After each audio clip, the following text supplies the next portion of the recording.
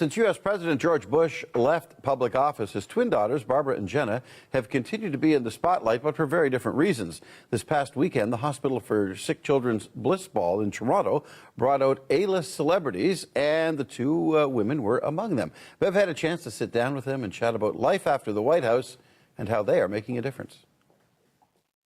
Tell me about the why. With all of the demands on your time to do all of these things, you said yes to this event. You said yes to Bliss. How come? Well, I think, any organization that helps kids. I'm a teacher. I've always worked with kids in some way in every job I've had. And this organization is helping the most vulnerable kids and their families get the treatment that they need. And so, of course, we would say yes.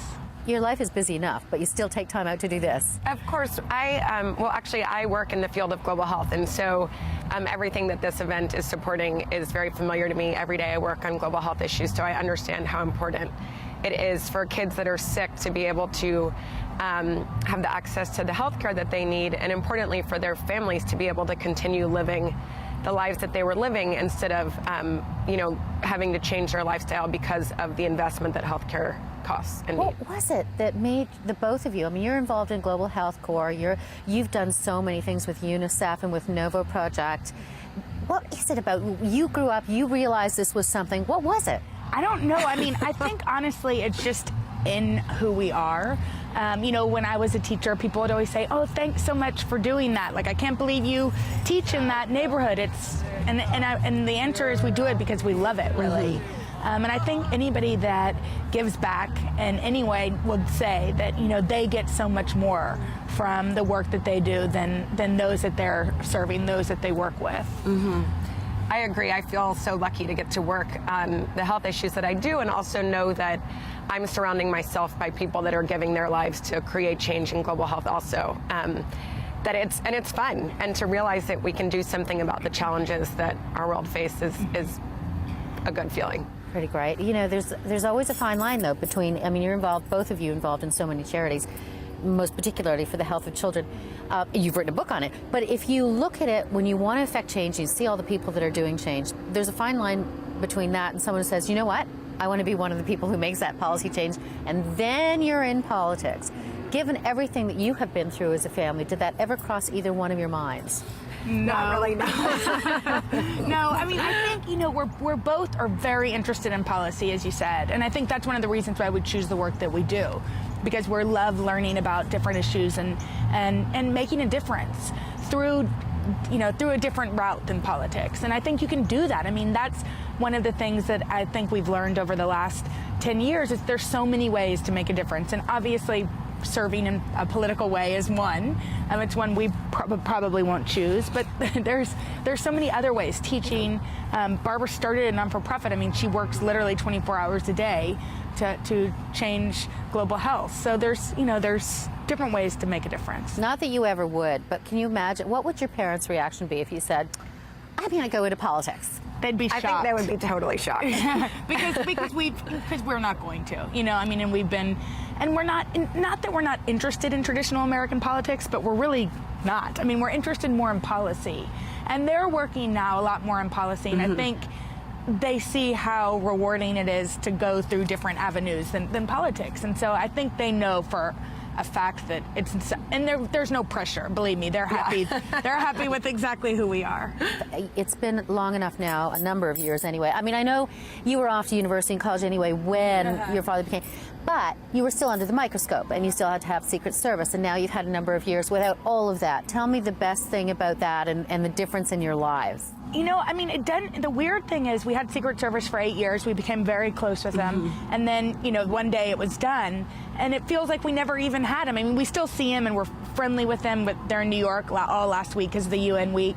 But nothing much has really changed. I know that sounds weird, but our parents really raised us to stay grounded and stay normal. And we were in college, and then we were newly out of college. So I was living in Latin America. She was living in Africa. I mean, we kind of had our own lives. So for my parents, I'm sure they would say a lot has changed. Yeah, because they lived in the White House. So I think the biggest difference for us, we both live in New York.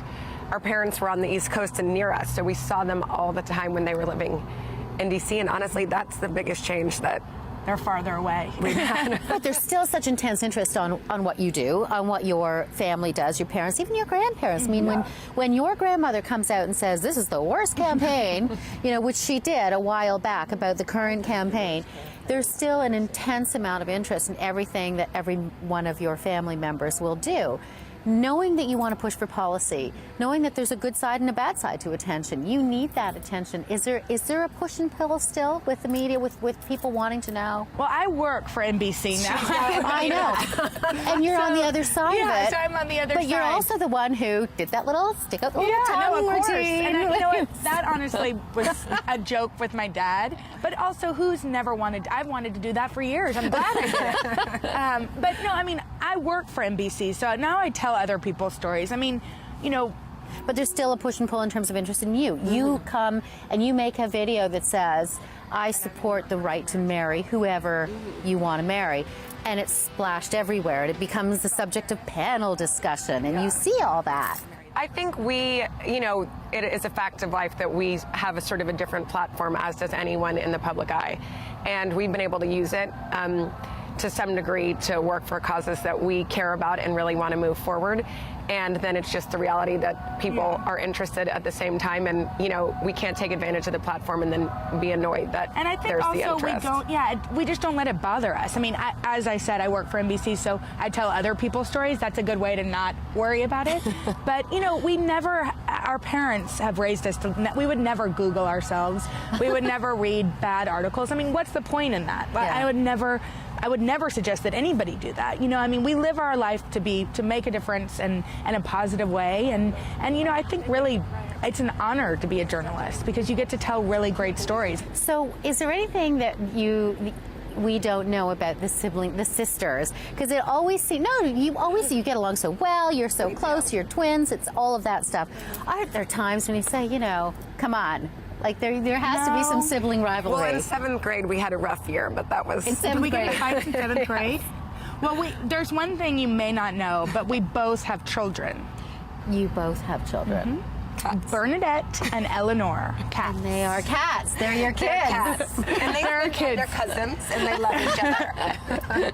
That's awesome. They really love each other. In fact, we kind of wanted to bring them to Canada, but then we thought they might not make it through customs. I know I know you both got involved in the campaign for your father, but how can you stay out of the campaign now, or is it hard to consider everything that's going on with the election now? We just stay out of it. Yeah. I think to some degree we were so close to previous campaigns because our dad was in the campaigns, and so we prefer to sort of stay out of it. It's refreshing not to have, refreshing not to have such just a step back.